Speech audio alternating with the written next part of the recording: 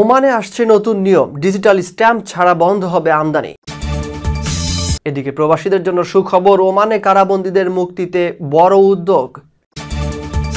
অন্যদিকে ওমানে কর্মঘণ্টা কমানোর ঘোষণা, প্রবাসী কর্মীদের প্রতি বিশেষ নজর। এরপর থাকছে ওমানে ট্রাফিক ব্যবস্থায় বড় পরিবর্তন, পুলিশের নতুন ঘোষণা। এদিকে মাত্র 16,000 টাকায় মাস্কাট যাওয়ার সুযোগ। বিস্তারিত খবরে থাকছে ওমানের নতুন পদক্ষেপ, বিদেশি নাগরিকদের বিয়ের অনুমতি বাতিল। সবশেষ থাকছে পাসপোর্ট নেই, পারিশ্রমিকও নেই, 3 মাস ধরে বেতন বঞ্চিত 190 বাংলাদেশি শ্রমিক। ওমানে আসছে নতুন নিয়ম, ডিজিটাল স্ট্যাম্প ছাড়া বন্ধ হবে আমদানি। আসন্ন 2025 সালের 1 জুন থেকে ওমানের ট্যাক্স কর্তৃপক্ষ এক যুগান্তকারী পদক্ষেপ নিতে যাচ্ছে।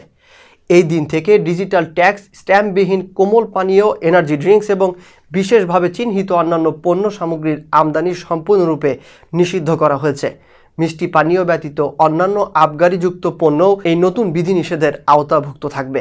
এই পদক্ষেপটি ওমানের সুসংহত আবগারি কর কাঠামোর 3য় পর্যায়, যা 2019 সালের জুন মাসে প্রথম প্রবর্তিত হয়েছিল। পূর্বের 2টি ধাপের সাফল্যের ধারাবাহিকতায় এই নতুন নিয়ম কার্যকর করা হচ্ছে। এই ব্যবস্থার অধীনে মূলত কোমল পানীয়, শক্তিবর্ধক পানীয়, সিগারেট এবং তামাক জাতীয় দ্রব্যের মতো পণ্য আবগারি শুল্কের আওতাধীন।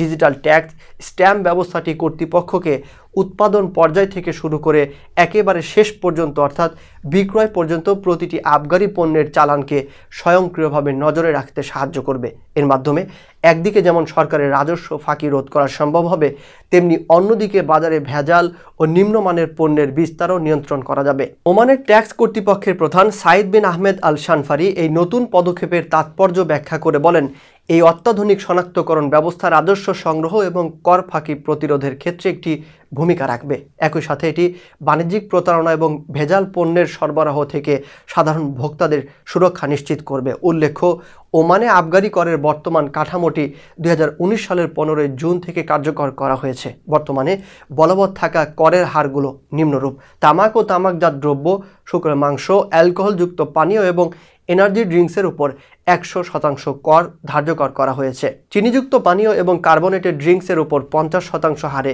কর আরোপিত আছে। এই নতুন নিয়ম ওমানের অর্থনীতিতে একটি গুরুত্বপূর্ণ পরিবর্তন আনবে বলে মনে করা হচ্ছে, যা একদিকে রাজস্ব বৃদ্ধি করবে, অন্যদিকে ভোক্তাদের জন্য উন্নত মানের পণ্য সরবরাহ নিশ্চিত করবে। আর এদিকে প্রবাসীদের জন্য বড় সুখবর, ওমানে কারাবন্দীদের মুক্তিতে বড় উদ্যোগ। 2024 সালের 11তম প্রকল্পের আওতায় মানবিক সংস্থা ফাক্কুর বা ওমানে 1219 জন অসচ্ছল কারাবন্দীকে মুক্ত করতে সক্ষম হয়েছে। এর মধ্যে উত্তরাল বাতিনার কারাগার থেকে 261 জন, মাস্কাট থেকে 202 জন, বুরাইমি থেকে 154 জন, ধাহিরা থেকে 153 জন এবং বাকিরা অন্যান্য অঞ্চল থেকে মুক্তি পেয়েছেন। এই উদ্যোগে ওমানি নাগরিকদের পাশাপাশি প্রবাসীরাও সমানভাবে উপকৃত হয়েছেন। ওমানি আইনজীবী অ্যাসোসিয়েশন পরিচালিত ফাক্কুরবা সংস্থাটি এবারও তাদের মানবিক কার্যক্রম অব্যাহত রেখেছে। 12তম পর্বের প্রকল্পের মাধ্যমে তারা আরও 1219 জন অসচ্ছল কারাবন্দীকে মুক্ত করার লক্ষ্য নির্ধারণ করেছে। দেওয়ানি, বাণিজ্যিক এবং শ্রম আইনের মামলায় জড়িত শ্রমিক ও অসচ্ছল ব্যক্তিদের মুক্ত করাই এই প্রকল্পের প্রধান উদ্দেশ্য। এজন্য সরকারি ও বেসরকারি বিভিন্ন প্রতিষ্ঠান থেকে অর্থ সংগ্রহ করা হচ্ছে। প্রতিষ্ঠা লগ্ন থেকে এ পর্যন্ত ফাক্কুরবা মোট 7110 জন কারাবন্দীকে মুক্ত করতে পেরেছে। সংস্থাটি ওমানের প্রায় সব কোটি অঞ্চলে তাদের সেবা কার্যক্রম পরিচালনা করে আসছে।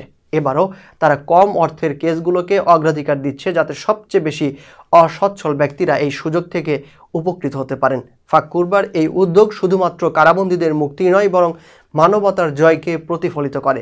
সংস্থাটির এই মহৎ প্রচেষ্টা ওমানের সমাজে একটি নতুন আশার আলো জ্বালিয়েছে, যা বিশ্বব্যাপী মানবিকতার উদাহরণ হিসেবে বিবেচিত হচ্ছে।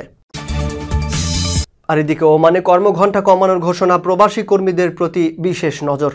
পবিত্র রমজান মাসে প্রবাসী কর্মীদের রোজা পালনে সহায়তা করতে ওমানের শ্রম মন্ত্রণালয় বেসরকারি খাতে কর্মঘণ্টা কমানোর ঘোষণা দিয়েছে। নতুন নির্দেশনা অনুযায়ী রমজানে প্রতিদিন কর্মঘণ্টা সর্বোচ্চ 6 ঘন্টা এবং সপ্তাহে 30 ঘন্টায় সীমাবদ্ধ রাখতে হবে। এছাড়া নিয়োগকর্তাদের কর্মীদের সুবিধা ও কাজের প্রকৃতি বিবেচনায় নিয়ে অন্যান্য সিদ্ধান্ত গ্রহণের পরামর্শ দেওয়া হয়েছে। ইসলাম ধর্মাবলম্বীদের জন্য পবিত্র রমজান মাসে মধ্যপ্রাচ্যের দেশগুলোতে কর্মীদের কর্মঘণ্টা কমানো একটি সাধারণ প্রথা। এরই ধারাবাহিকতায় সম্প্রতি সংযুক্ত আরব আমিরাতের মানব সম্পদ বিভাগ এবং কুয়েত সরকারও কর্মীদের জন্য নতুন অফিস সময়সূচি নির্ধারণ করে বিজ্ঞপ্তি জারি করেছে। ওমানের এই সিদ্ধান্ত সেই প্রেক্ষাপটে একটি যুগোপযোগী পদক্ষেপ। ওমানের জ্যোতির্বিদ্যা সোসাইটির প্রধান পর্যবেক্ষক আব্দুল ওয়াহাব আল বুসাইদি জানিয়েছেন, রমজান মাসের শুরু থেকেই এই বিশেষ ঘোষণাটি কার্যকর হচ্ছে। তিনি আরও জানিয়েছেন, 31 মার্চ ঈদ উল ফিতর উদযাপিত হওয়ার সম্ভাবনা রয়েছে।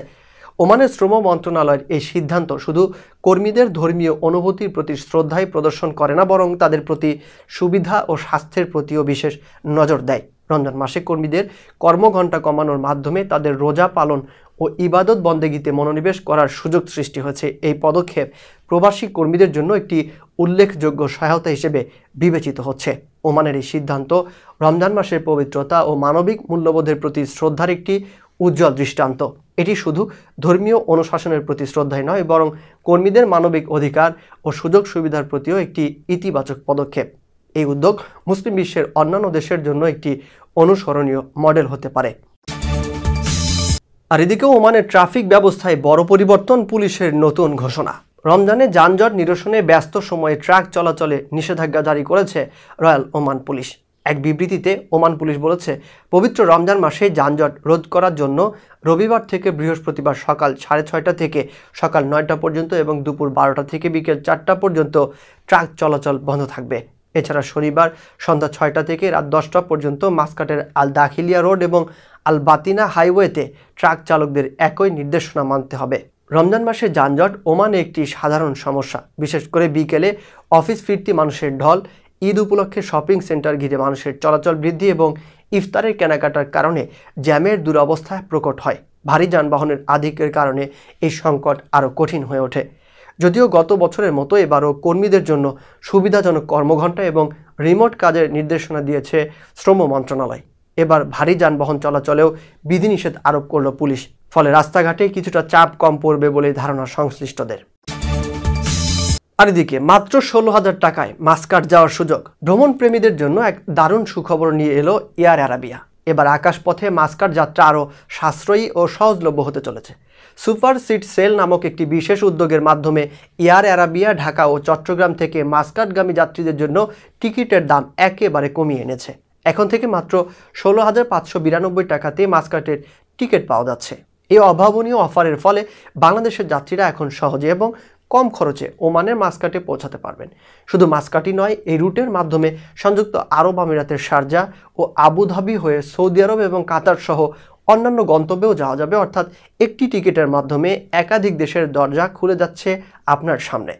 এয়ার অ্যারাবিয়ার ওয়েবসাইট থেকে পাওয়া তথ্য অনুযায়ী এই বিশেষ অফারটি সীমিত সময়ের জন্য এবং নির্দিষ্ট কিছু ফ্লাইটের ক্ষেত্রে প্রযোজ্য। সেপ্টেম্বর মাস পর্যন্ত ঢাকা থেকে 2টি এবং চট্টগ্রাম থেকে 4টি ফ্লাইটে এই সুবিধা পাওয়া যাচ্ছে। সুতরাং যারা মাস্কাট বা মধ্যপ্রাচ্যে অন্য কোনো দেশে ভ্রমণ করার পরিকল্পনা করছেন তাদের জন্য এটি একটি সুবর্ণ সুযোগ। দেরি না করে এখনই এয়ার অ্যারাবিয়ার ওয়েবসাইটে ভিজিট করুন এবং আপনার টিকিট বুক করে ফেলুন। এই সুযোগ হাতছাড়া করবেন না। সাশ্রয়ী মূল্যে মাস্কাট ভ্রমণের এই দারুণ অফারটি কেবল আপনার জন্য। ওমানের নতুন পদক্ষেপ।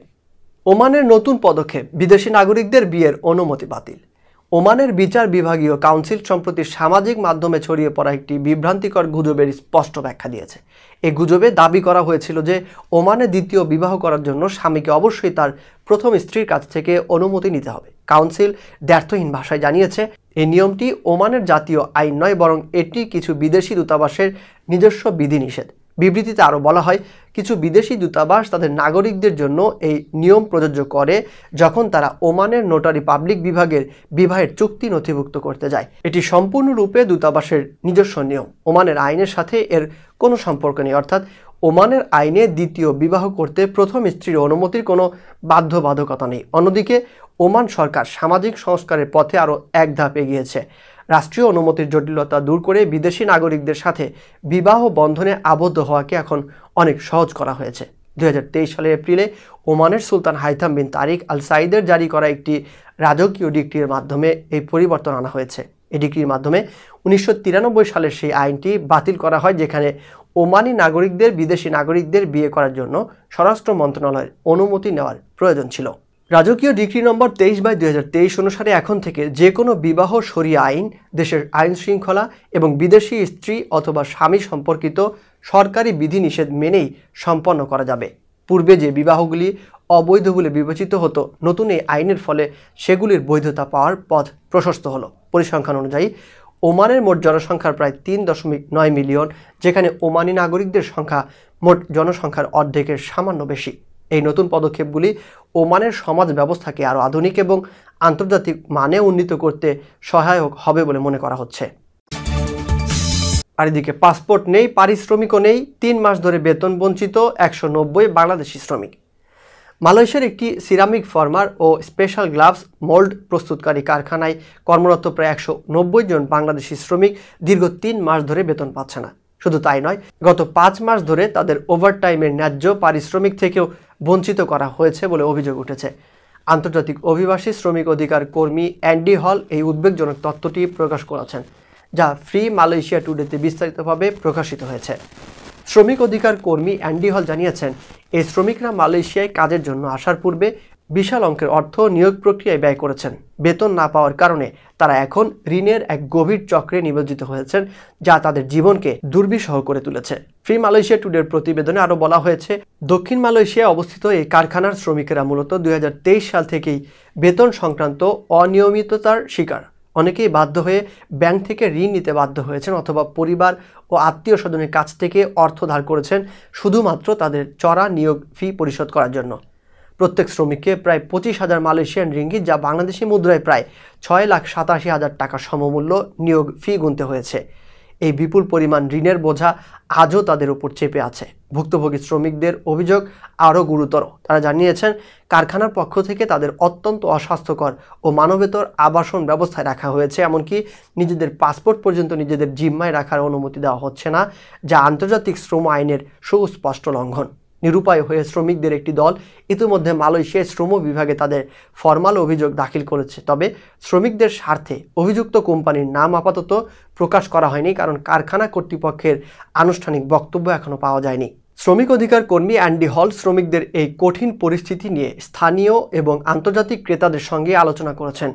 এই আলোচনার ফলস্বরূপ কোম্পানি চলতি মাসের শেষ নাগাদ শ্রমিকদের বকেয়া বেতন পরিশোধের বিষয়ে প্রতিশ্রুতি দিয়েছে। তবে এই প্রতিশ্রুতি আদৌ বাস্তবায়িত হবে কিনা সেদিকে তাকিয়ে আছেন বেতন বঞ্চিত শ্রমিকেরা।